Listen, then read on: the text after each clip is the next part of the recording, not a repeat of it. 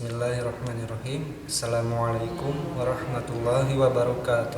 Innal hamdalillah nahmaduhu wa nasta'inuhu wa nastaghfiruh wa na'udzu billahi min syururi anfusina wa min sayyiati a'malina may yahdihillahu fala mudilla lahu wa may yudlil fala hadiyalah.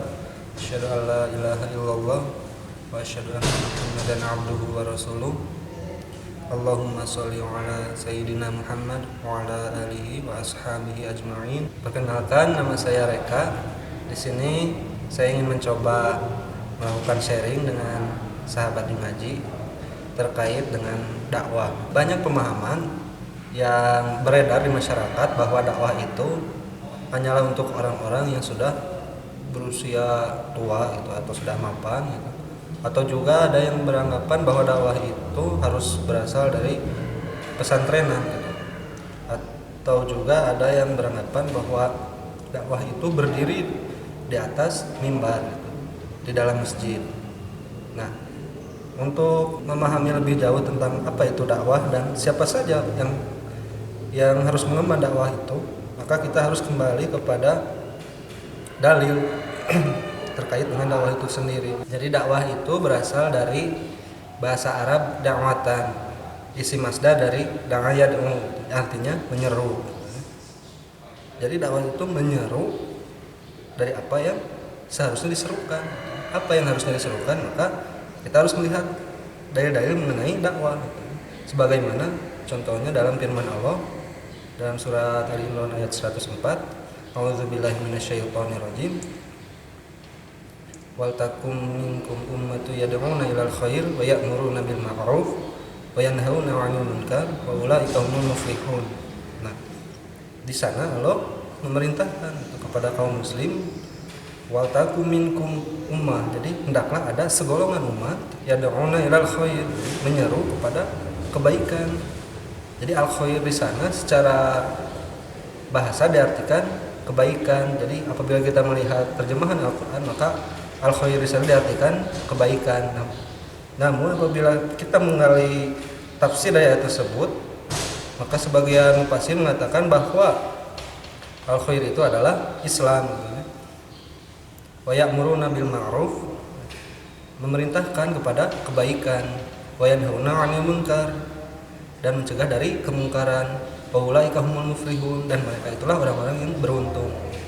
Nah, jadi apa yang seharusnya didakwakan itu adalah al-khair tadi, Islam. Jadi apa yang harusnya diserukan di dalam dakwah itu adalah Islam, dan tugasnya hanya ya'muruna bil ma'ruf yanhauna 'anil munkar, memerintahkan kepada kebaikan dan mencegah dari kemungkaran. Terkenal di kalangan masyarakat tentang istilah amar ma'ruf nahi munkar. Nah, itu adalah aktivitas dari dakwah. Dalam surat lainnya Allah juga berfirman, A'udzubillahi minasyaitonirrajim, ud'u ila sabili rabbika bil hikmah. Serulah oleh kalian manusia itu ke jalan Tuhanmu dengan hikmah. Nah, itu juga merupakan perintah dari Allah untuk menyeru manusia kepada jalan Allah. Dari kedua ayat ini para ulama sepakat bahwa hukum berdakwah itu adalah wajib. Kewajiban ini kepada siapa dipikulkan? Maka tentu saja kepada orang yang diseru dalam ayat-ayat tadi. Dalam surat Al-Imran, wal takum minkum, maka kum di sana itu kembali kepada umat Islam. Lalu dalam surat An-Nahl yang tadi, ud'u ila sabili rabbika bil hikmah, itu juga seruan kepada kaum muslim gitu. Maka sudah jelas bahwa dakwah itu hukumnya wajib.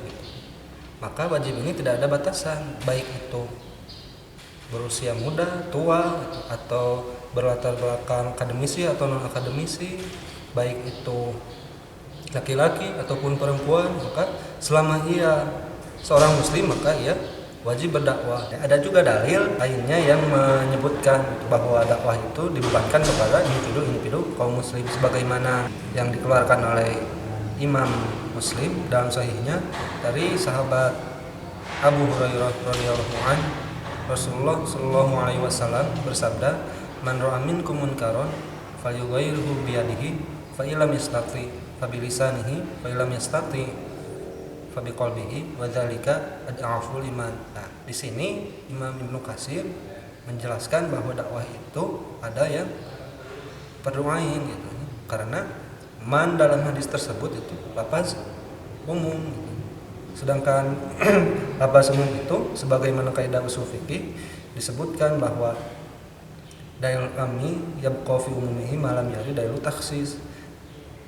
Dalil umum keberadaannya tetap pada keumuman sebelum ada dalil yang mengkhususkannya. Jadi karena tidak ada dalil yang mengkhususkan hadis tadi, maka keberadaannya tetap umum, itu siapa saja yang mengaku sebagai muslim, maka ia wajib untuk berdakwah.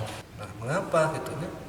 Karena Rasulullah di sana menyebutkan bahwa apabila seseorang melihat kemungkaran itu, maka ia wajib itu mengubahnya, mencegahnya dengan yang pertama dengan kekuasaan. Di sana ada yang menyebutkan biadih, itu ada yang menyebutkan makna hakikatnya yaitu tangan, ada yang menyebutkan makna majasinya yaitu kekuasaan. Jadi sebagian ulama berbeda dengan sebagian lainnya. Apabila tidak bisa dengan kekuasaan atau dengan tangan, maka dengan lisan. Nah, di sini kaum muslim itu harus mengubah kemungkaran tadi dengan lisannya, dan tentu saja kaum muslim itu hampir semuanya memiliki lisan untuk mencegah kemungkaran tadi. Apabila tidak bisa dengan lisan, maka dengan hati, diingkari perbuatan mungkar tadi dengan hatinya. Namun demikian Rasulullah menyebutkan bahwa yang demikian itu adalah adamful iman. Adamful iman itu adalah selemah iman.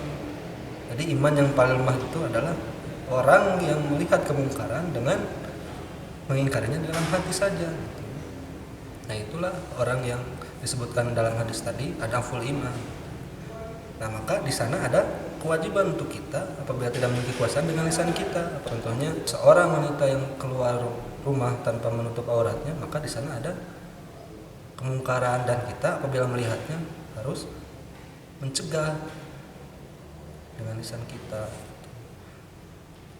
Atau ada lagi apabila kita melihat orang-orang yang mabuk, apabila kita bisa dengan lisan kita, maka cegahlah perbuatan mungkar tadi. Maka kita itu ada aktivitas dakwah dalam mencegah kemungkaran tadi.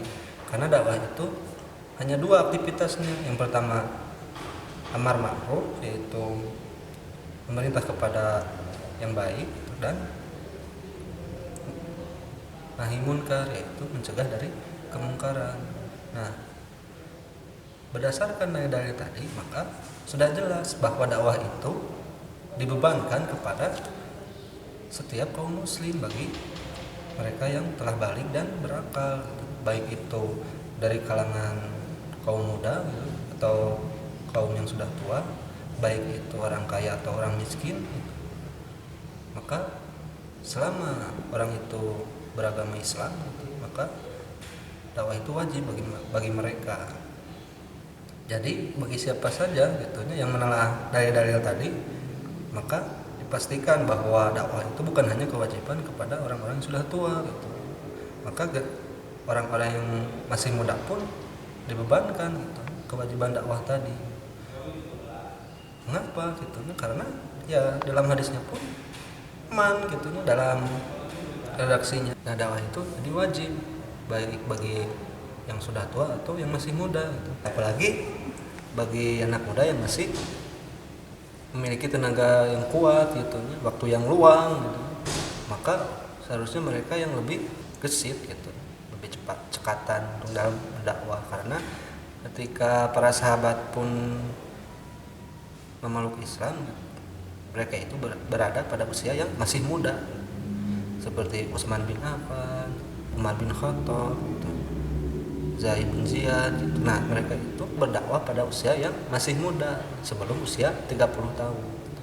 Jadi para kaum muda seharusnya lebih terdepan dalam melakukan aktivitas dakwah.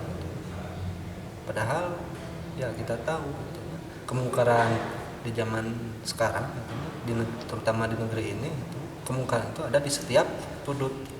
setiap aspek dan setiap waktu. Apabila kita keluar gitu, maka banyak sekali kemungkaran yang terjadi gitu. Nah, di sini para pendakwah itu harus melakukan amar ma'ruf nahi munkar gitu. Terutama bagi para pemuda yang keluar rumah gitu, tanpa tujuan yang jelas gitu, tanpa ada kegiatan yang manfaat gitu, atau faedah, lebih baik itu melakukan dakwah atau aktivitas dakwah, karena aktivitas dakwah itu adalah tugas yang mulia gitu. Justru Allah Subhanahu wa taala itu memuji umat Islam ini, umat Nabi Muhammad ini, karena aktivitas dakwahnya gitu. Sebagaimana disebutkan dalam surat Ali Imran ayat 110, A'udzubillahi minasyaitonirrajim. Kuntum khaira ummatin ukhrijat linnas ta'muruna bil ma'ruf wa tanhauna 'anil munkar wa tu'minuna billah. Nah, itulah yang dipuji oleh Allah pada kaum muslim ini, yaitu kuntum khaira ummah. Kalian itu adalah umat yang terbaik gitu. Karena apa? Karena aktivitasnya itu adalah ta'muruna bil ma'ruf, memerintahkan kepada kebaikan, wa tanhauna 'anil munkar, dan mencegah dari kemungkaran, wa tu'minuna billah, dan beriman kepada Allah. Ya, itulah yang dipuji oleh Allah itu pada umat Islam ini adalah kegiatan mereka, yaitu berdakwah. Jadi dakwah itu khususnya para pemuda mulailah dari sekarang melakukan aktivitas dakwah. Tentulah dakwah itu memiliki konsekuensi, seperti kita harus mengetahui hukum itu sebelum kita menyampaikannya. Itu adalah konsekuensi dari dakwah, karena tidak mungkin seseorang berdakwah apabila tidak mengetahui hukumnya. Nah, maka dari itu kita harus pertama-tama mencari ilmunya terlebih dahulu, thalabul ilmi. Lalu ilmu yang kita dapat itu kita amalkan dan kita sebarkan melalui aktivitas dakwah. Jadi dakwah itu hanya sebenarnya menyampaikan apa yang telah kita pelajari kepada orang lain gitu. Nah, baik orang itu suka atau tidak, karena itu adalah berasal dari Allah, dan orang yang beriman itu tidaklah mereka ragu dalam hati mereka terhadap apa yang diturunkan oleh Allah. Maka kita belajar dulu, kemudian kita amalkan dan kita sebarkan melalui dakwah. Itulah aktivitas dakwah dari sejak Rasul diutus untuk manusia ini sampai saat ini. Nah, jadi dakwah itu tidak harus berdiri gitu, di atas mimbar atau lulusan pesantrenan atau memiliki latar pendidikan yang tinggi gitu. Tapi dakwah itu kita bagi siapa saja yang beriman kepada Allah. Jadi setelah kita memahami dalil-dalil yang telah disampaikan, maka dapat disimpulkan bahwa dakwah itu bukan hanya diwajibkan kepada orang-orang yang usianya sudah tua atau pendidikannya tinggi atau lulusan dari pesantren, tapi dakwah itu mencakup seluruh orang-orang yang beriman gitu. Maka baik dia muda atau tua, baik dia kaya atau miskin, laki-laki atau perempuan, dakwah itu hukumnya wajib gitu. Dan tidak ada yang mengusulkan dalil tentang dakwah gitu. Maka dakwah itu tetap pada keumumannya. Jadi wajib bagi orang-orang yang beriman. Demikian yang bisa saya sampaikan. Mudah-mudahan ada improve pelajarannya. Wallahu a'lam bishawab. Assalamualaikum warahmatullahi wabarakatuh.